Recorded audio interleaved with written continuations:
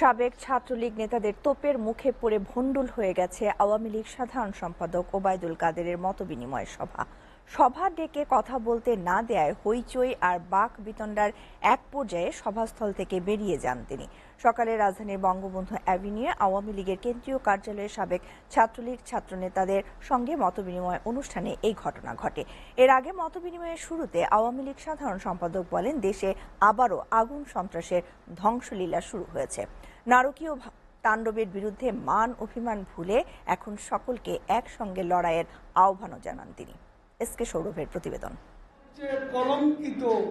কোটা সংস্কার আন্দোলনকে ঘিরে উদ্বুদ্ধ পরিস্থিতিতে বঙ্গবন্ধু অ্যাভিনিউয়ে দলের কেন্দ্রীয় কার্যালয়ে সাবেক ছাত্রলীগ নেতাদের নিয়ে এই মতবিনিময় সভার আয়োজন করে আওয়ামী লীগ। এতে যোগ দেন সাধারণ সম্পাদক ওবায়দুল কাদের সহ কেন্দ্রীয় নেতারা।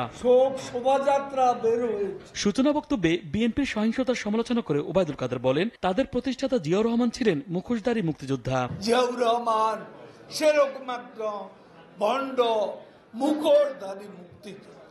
এই মানুষগুলোকে কি এটা আমাদের জানতে হবে।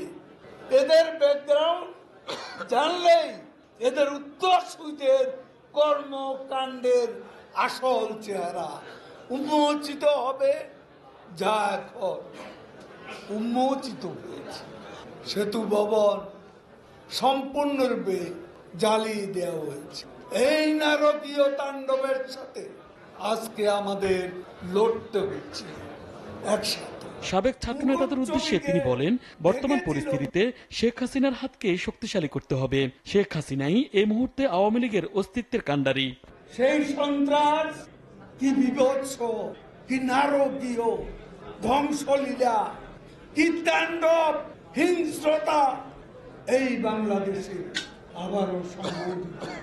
এই অপশক্তিকে যে কোনো মূল্যে আমাদের প্রতিরোধ করতে হবে। প্রস্তুত থাকেন। আমাদের মাতৃভূমির মর্যাদা, আমাদের স্বাধীনতা, সার্বভৌমত্বের মর্যাদা আমরা রক্ষা করব।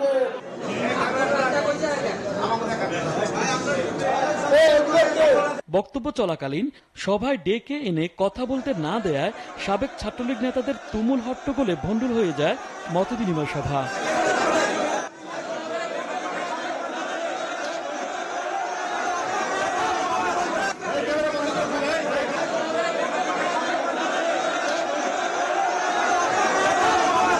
এ সময় সভা শেষ না করেই চলে যান ওবায়দুল কাদের সহ কেন্দ্রীয় নেতারা। SK Sourav, STV, Dhaka.